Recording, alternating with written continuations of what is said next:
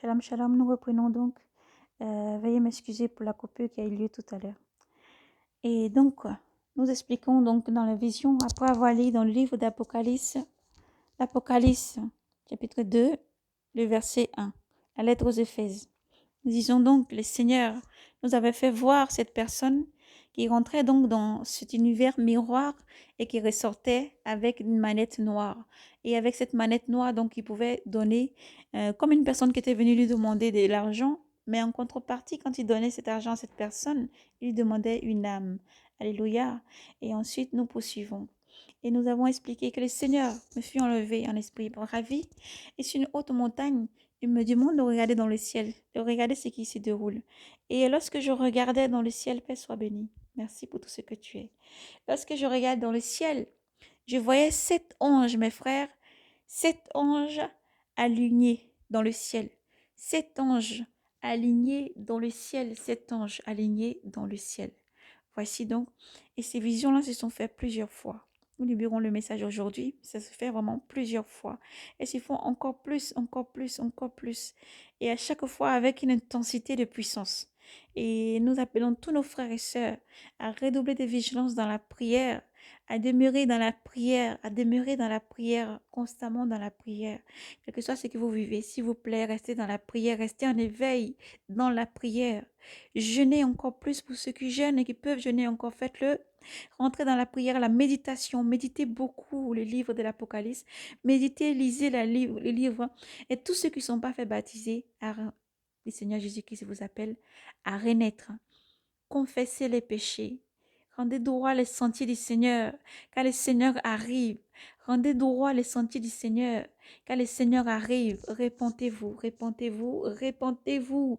Le Seigneur arrive. Répentez-vous, répentez-vous, répentez-vous, car le Seigneur arrive. Répentez-vous, répentez-vous, répentez-vous. Confessez les péchés. Mettez droit les sentiers du Seigneur, car le Seigneur arrive. Que puissiez recevoir ce message avec paix. Ensuite, le Seigneur touche votre cœur, n'endurcissez pas votre cœur. Venez au Seigneur, car les temps sont finis. Venez au Seigneur Jésus-Christ, car les temps sont finis. Frères et sœurs, nous poursuivons.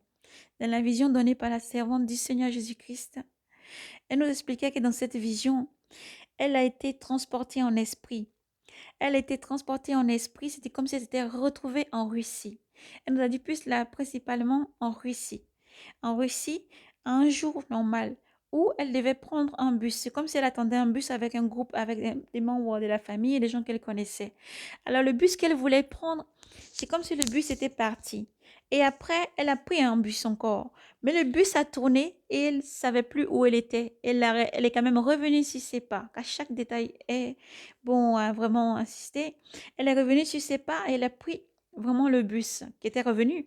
Et là, en retournant l'endroit où elle était, il n'y avait plus personne. Les gens, les compagnons, les personnes avec qui elle était, il n'y avait plus personne à cet endroit. Mais alors qu'elle contemplait, elle regardait, c'était comme si elle se retrouvait tout seule, descendant d'un coup, comme un peu plus bas sous la terre. Et elle se trouvait dans un endroit qui ressemblait comme un grand, un grand enclos, voyez. Mais d'endroit où elle était, elle voyait sous ses pieds. C'est comme s'il y avait un grand trou, en fait, comme un tunnel, un grand trou, mais rempli un grand trou très très profond. Maintenant, au fond de ce trou, elle pouvait voir comme des personnes. Tout au fond, c'est comme s'il y avait un laboratoire. C'est comme des personnes travaillant dans un laboratoire au fond, plus profond de ce trou. Lorsque ces gens étaient en train de travailler, c'est comme s'ils manipulaient des gènes en tout cas, des choses qu'ils étaient en train de manipuler. Maintenant, lorsqu'elle a levé la tête vers le ciel, elle pouvait voir. C'est comme s'il y avait un verre. Au-dessus de sa tête, c'était comme s'il y avait, vous voyez, une mer de verre.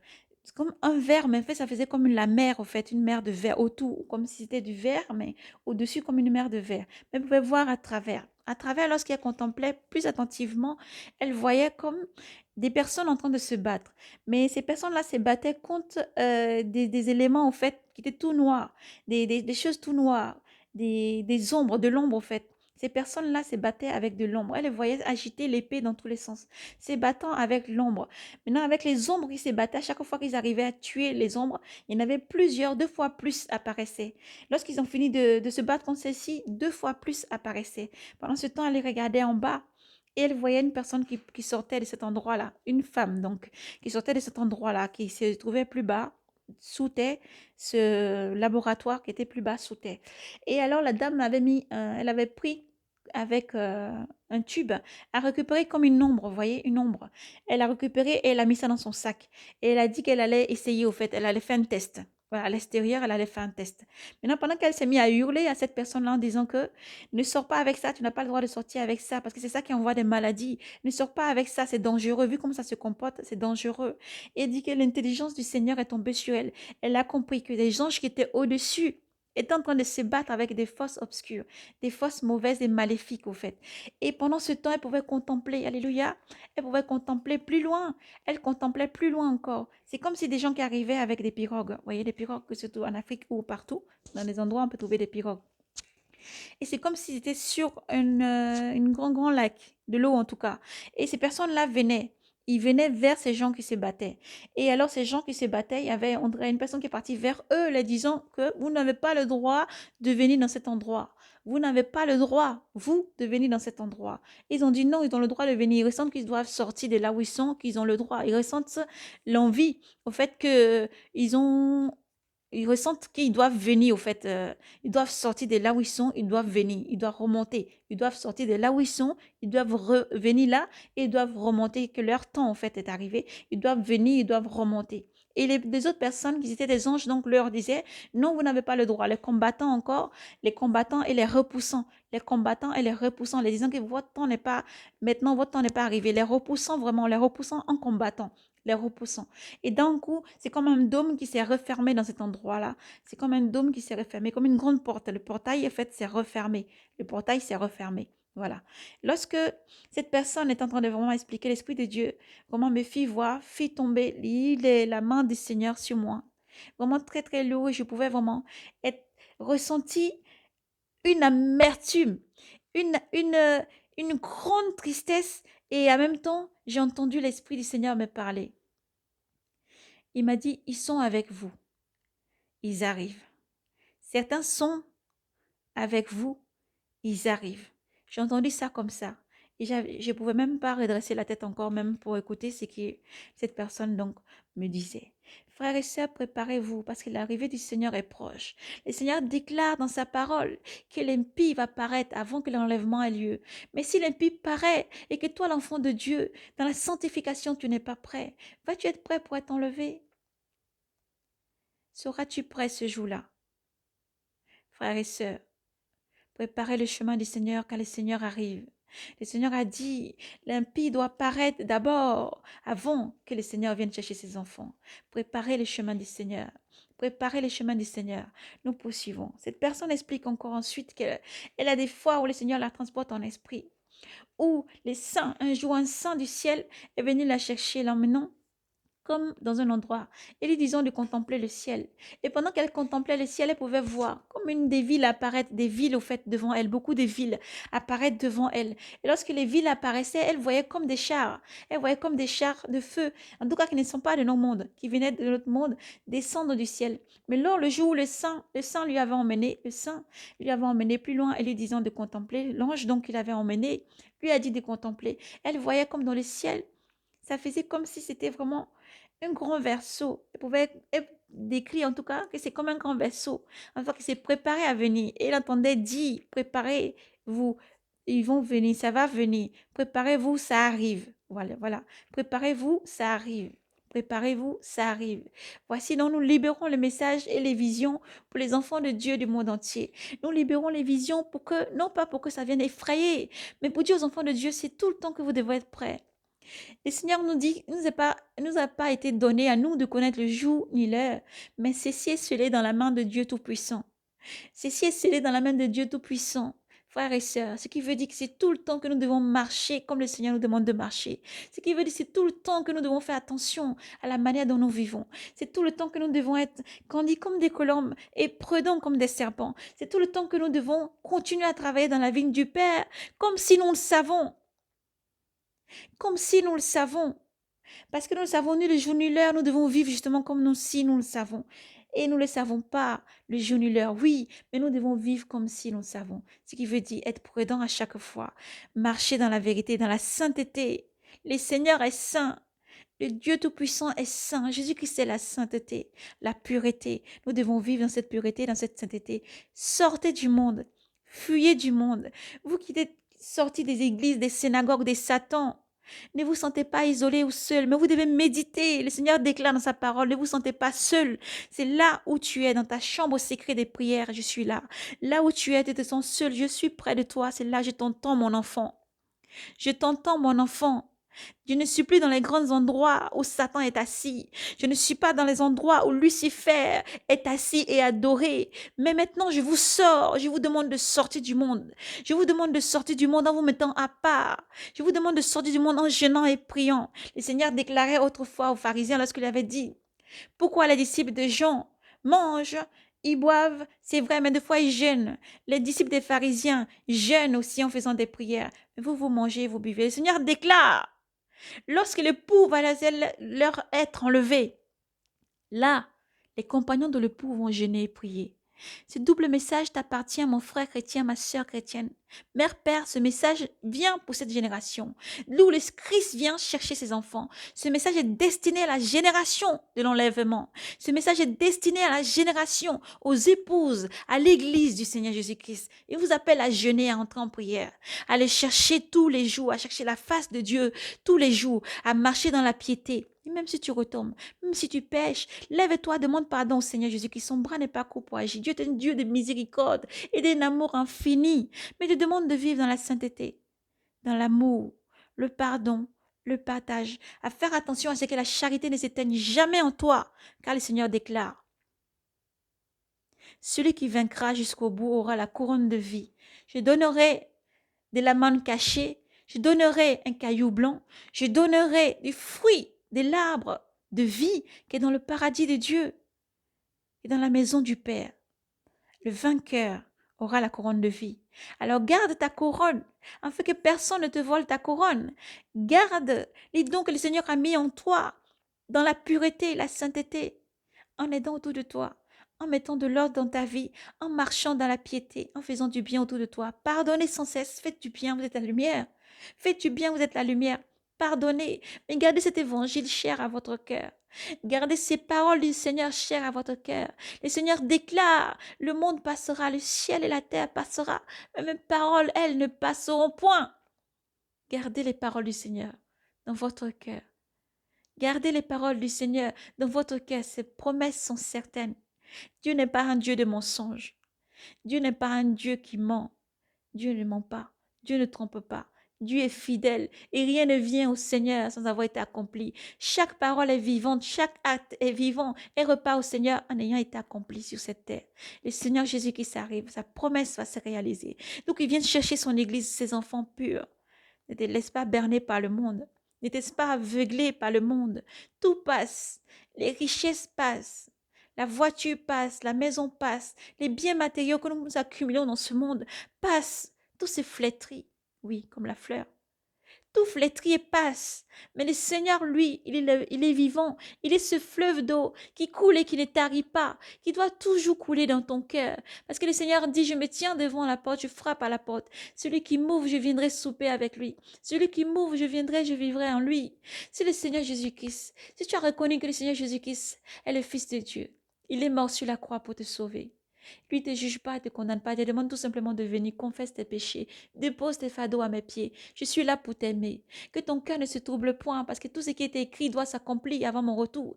Que ton cœur ne se trouble point parce que tout doit venir à la réalité et les choses cachées, dévoilées. Qu'on ne trouve rien de secret dans ta vie. Qu'on ne trouve rien de secret dans ta vie. Qu'on ne trouve rien, aucun secret ne doit être caché dans ta vie. Mais tu dois vivre comme une lumière, livre ouvert, rempli d'amour comme le Père lui-même est amour. Redonner à ceux qui demandent, vivre dans la miséricorde sans cesse, pardonner, tolérer sans cesse et avancer. Avancez, ne laissez pas la charité s'éteindre en vous. Ne jugez pas pour ne pas être jugé. Marchez toujours dans l'amour du Seigneur, dans la vraie doctrine du Seigneur et fuyez ces synagogues de Satan. Le Seigneur a dit, un bon arbre porte des bons fruits, même un mauvais arbre porte des mauvais fruits. Ainsi, c'est à leur fruit. Ainsi, c'est à leurs fruits, c'est à vos fruits que vous portez, Que l'on reconnaît les enfants du Seigneur, que l'on reconnaît les enfants de maman, que l'on reconnaît ce qui a été semé pour être coupé et jeté dans la gienne, et qu'on leur reconnaît aussi ce qui va être récolté et gardé dans les greniers du Seigneur. Préparez le chemin du Seigneur parce qu'il arrive. Jésus-Christ est souverain. Il est dans la souveraineté, dans la puissance. Il est mort, mais il n'est pas resté dans le tombeau. Le troisième jour, Dieu l'a élevé souverainement, l'a placé à sa droite, l'a placé à sa droite.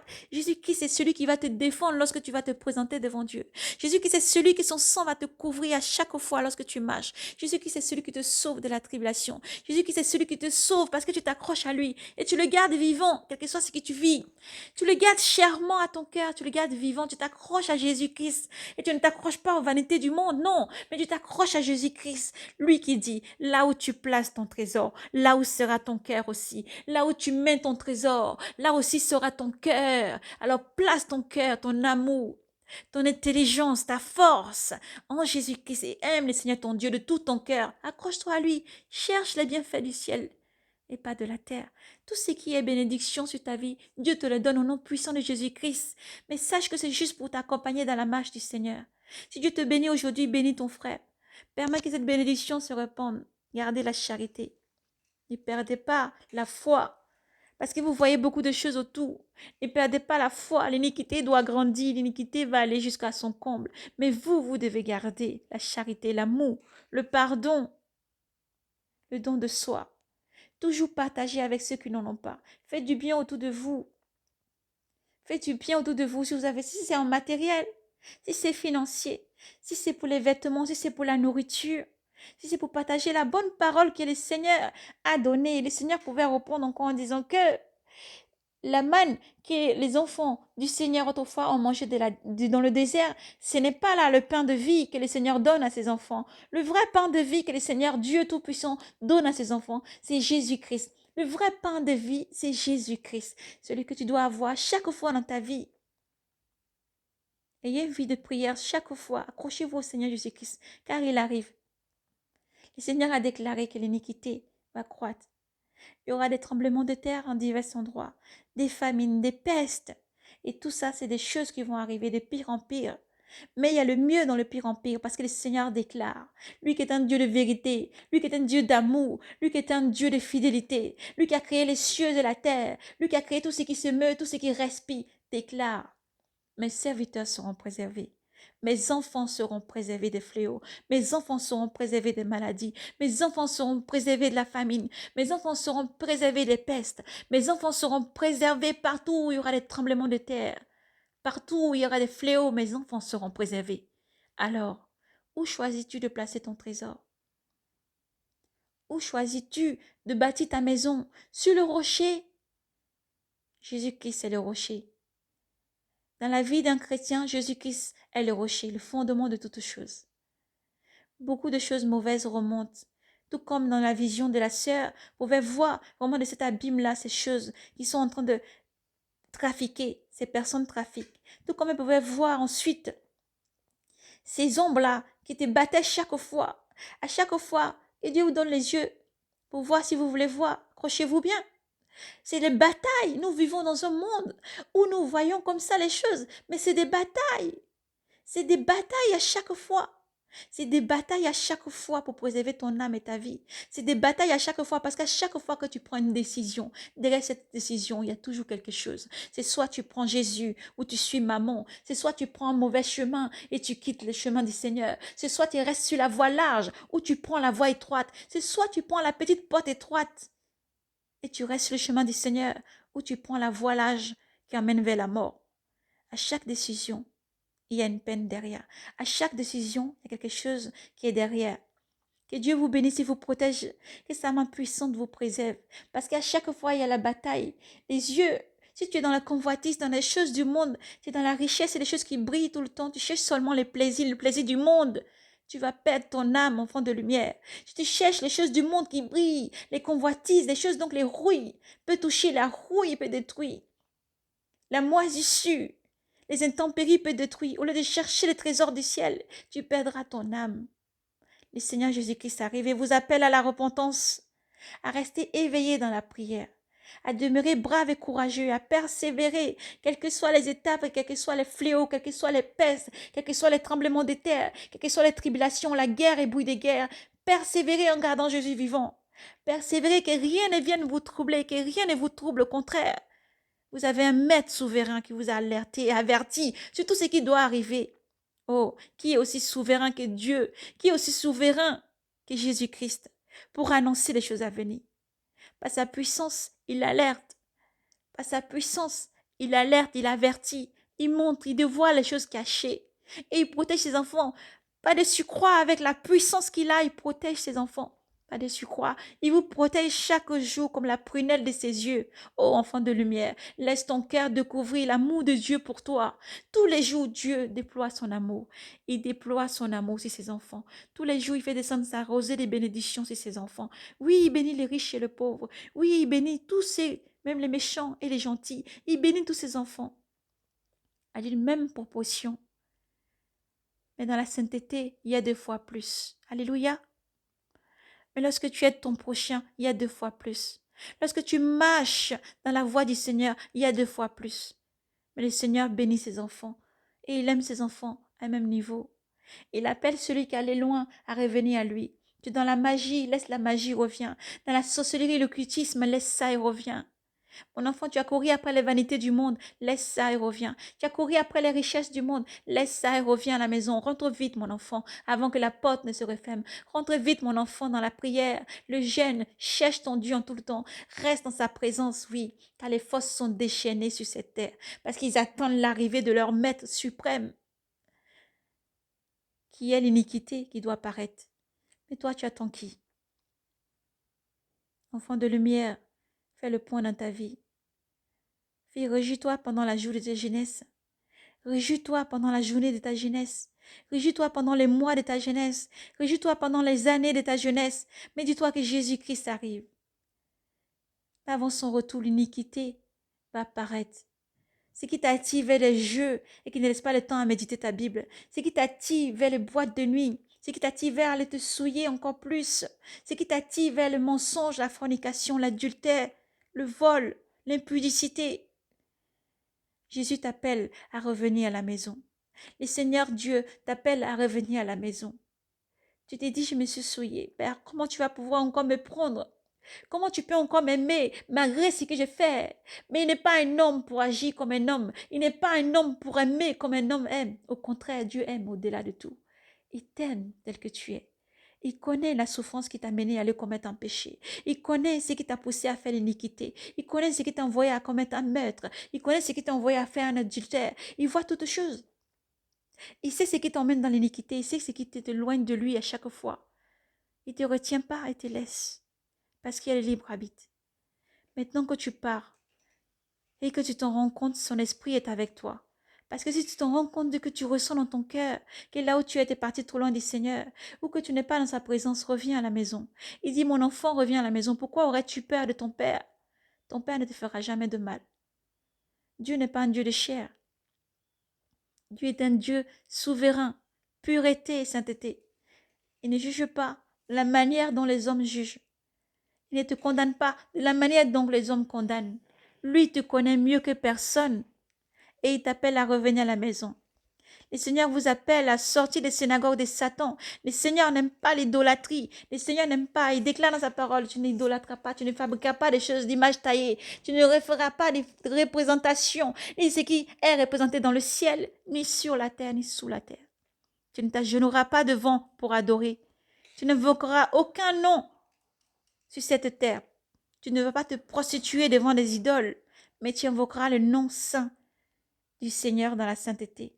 Tu invoqueras le nom saint de Dieu, Yahvé Sabaoth, avec sainteté, humilité de cœur, de l'âme et de l'esprit. Tu vas invoquer le nom de ton Seigneur Jésus-Christ avec beaucoup de respect et amour, parce que lui t'aime et Dieu est avec nous. Dieu est avec vous. Sachez-le, c'est le Seigneur Dieu Tout-Puissant qui n'a pas foudroyé ou tué Adam et Ève lorsqu'ils ont désobéi au premier péché, leur a donné seulement de sortir du jardin d'Éden. Et il déclare, je n'ai pas forgé des projets de malheur sur ta vie, mais des projets de bonheur. Il envoie ses anges tous les jours te protéger. Il t'entoure de sa flamme pour te garder. Il te protège parce qu'il y a des combats perpétuels et les combats se sont intensifiés parce que le Seigneur Jésus-Christ arrive. Le mal ne veut pas laisser les enfants de Dieu voir la lumière et l'amour de Dieu pour votre vie, pour notre vie. Mais à vous de vous détacher de ça. Sortez du monde. Si tu mentais, arrête de mentir. Si tu volais, arrête de voler. Si tu fais des choses qui vont à l'encontre de la bienfaisance de Dieu, de l'amour de Dieu, de la pureté, sors de là. Ça veut dire que l'Esprit de Dieu est en toi. Donc tu ne fais pas partie des mauvais grains qui a semé l'ivraie, qui grandit, mais tu fais partie des enfants de Dieu. Parce que si dans ton cœur tu as de l'amour, tu aimes partager, tu aimes faire du bien, tu ressens à chaque fois que tu as fait du mal une amertume. Il faut changer de vie. Dieu t'aime, reviens à lui. Tu sens l'envie de confesser, de pardonner, de faire du bien, fais-le sans résister, n'endurcis pas ton cœur. Tu sens l'envie de sortir du monde et de te mettre à part, fais-le. Tu sens l'appel de Dieu sur ta vie, ne résiste pas dans ton cœur. Oui, car Dieu te connaît mieux que personne. Dieu nous aime. Alors Dieu dévoile toutes choses cachées. Il ne faut pas résister. Si on entend un message du Seigneur et qu'on a mal au cœur ou qu'on voit que c'est pour blesser, c'est pas pour blesser. C'est au contraire pour réveiller en toi la flamme, le feu de Jésus-Christ en toi. Et cette flamme-là, elle jaillit et devient une grande lumière qui détruit toute œuvre maléfique sur ta vie. Elle te purifie cette fois. Elle t'éprouve. Cette fois, elle te purifie. Oui, Jésus-Christ te purifie. Son sang te lave et te couvre de son bras d'amour. Il te guide et il veut seulement te dire une seule chose, je t'aime et je veux te guider vers des verts prairies. Je veux te guider loin de tout ce qui n'est pas de ma volonté. Viens à moi, mon enfant, parce que je t'aime. Viens à moi, mon enfant. Oui, dans les maisons, il faut toujours prier. En couple, il faut toujours prier. En famille, il faut toujours prier. Ne baissez pas les bras. Ne laissez rien vous éloigner du Seigneur, ni les distractions du monde, ni quoi que ce soit. Mais priez sans cesse. Priez sans cesse, ne condamnez pas les autres. Priez pour que le Seigneur parle à leur cœur encore. Prions pour que nos frères et sœurs soient prêts aussi. Prions pour que le Seigneur, encore son esprit, continue encore à remplir tous ces leaders, toutes ces personnes qui sont devant pour conduire ses enfants. Que Dieu leur donne encore d'avoir encore, d'être rempli de l'Esprit Saint. Que Dieu vous donne encore d'être rempli de l'Esprit Saint. Que Dieu vous donne encore d'être rempli de l'Esprit Saint. Gardez l'Esprit Saint dans la pureté. L'Esprit Saint n'aime pas ce qui est sale. L'Esprit Saint n'aime pas ce qui ne va pas et qu'on ne pardonne pas. L'Esprit Saint n'aime pas tout ce qui est contraire à Dieu. Et il te le montre parce que Jésus-Christ se dévoile par son Esprit Saint. Il est dans la sainteté, dans l'amour, le pardon. Tout ce qui est contraire n'est pas de Dieu. Tout ce qui est contraire n'est pas de Dieu. Alors repentance. Repentance. Gardez Jésus vivant. Gardez votre croix jusqu'au bout. Gardez votre croix jusqu'au bout. Laissez le Saint-Esprit vous diriger dans la sainteté. Laissez le Saint-Esprit, dans ces derniers temps, Jésus-Christ arrive. Le Saint-Esprit est avec une certaine sensibilité. Laissez-le se mouvoir en vous. Laissez-le vous montrer le bon chemin et vous guider. Il déclare dans sa parole: mes brebis entendent ma voix et mes brebis me suivent. Je suis au-devant de vous, j'ouvre un chemin et mes brebis me suivent. Le Seigneur a pavé le chemin. Le Seigneur a montré comment marcher. Respectons ses règles. Respectons la doctrine du Seigneur. Marchons dans la vraie doctrine du Seigneur Jésus-Christ. Laissez les doctrines des démons. Fuyez les doctrines des démons. Fuyez tous ceux qui sont là pour charmer, pour plaire. Fuyez les loups dévoreurs qui sortent. Fuyez les loups dévoreurs qui sortent pour séduire et captiver votre âme et vous garder captif. Fuyez, enfants de lumière. Dieu vous aime. Jésus-Christ arrive. L'enlèvement peut être à n'importe quel moment.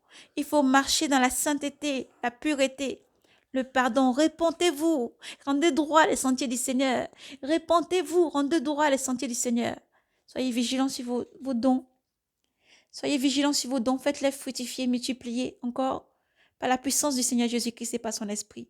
Ne baissez pas les bras. Soyez braves et courageux. Persévérez. Persévérez et priez toujours dans le pays où vous êtes. Étendez votre prière partout, sur les présidents qui sont les rois d'autrefois.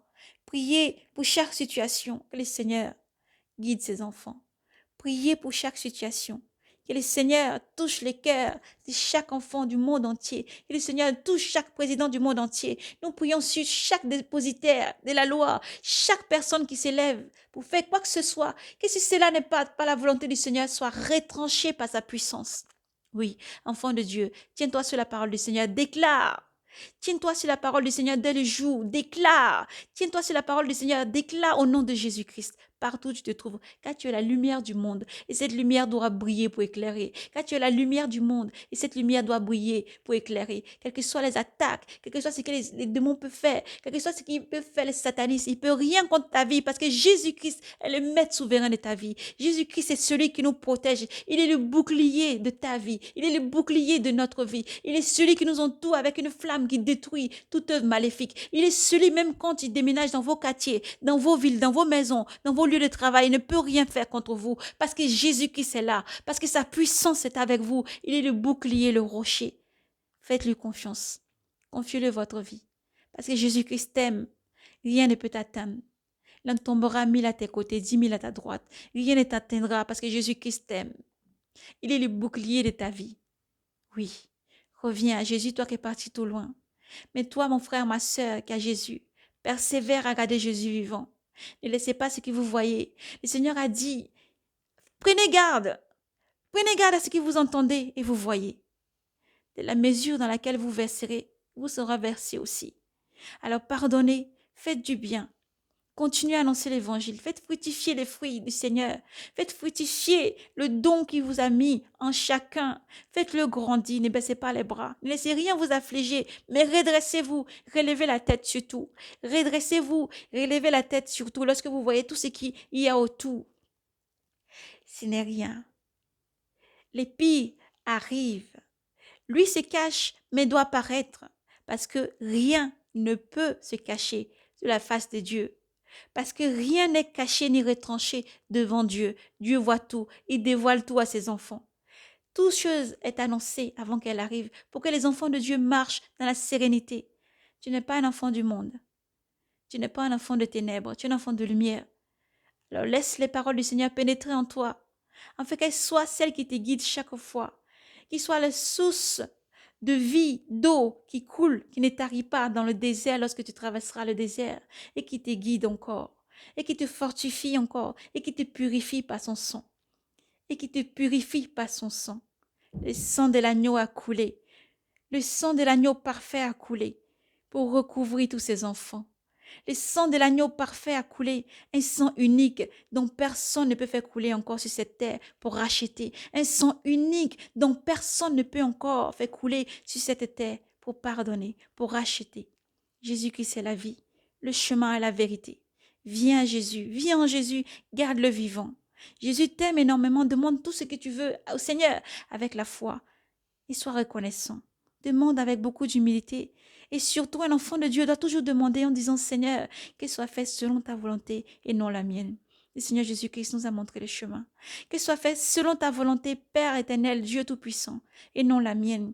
Seigneur Jésus-Christ, que soit fait selon ta volonté dans notre vie, dans ma vie, et non la mienne. Et laisse-le paver le chemin. Laisse-le venir éloigner de toi tout ce qui n'est pas de sa volonté. Laisse-le venir te laver. Laisse-le venir te dépouiller. Laisse-le venir enlever le vieil homme. Laisse-le venir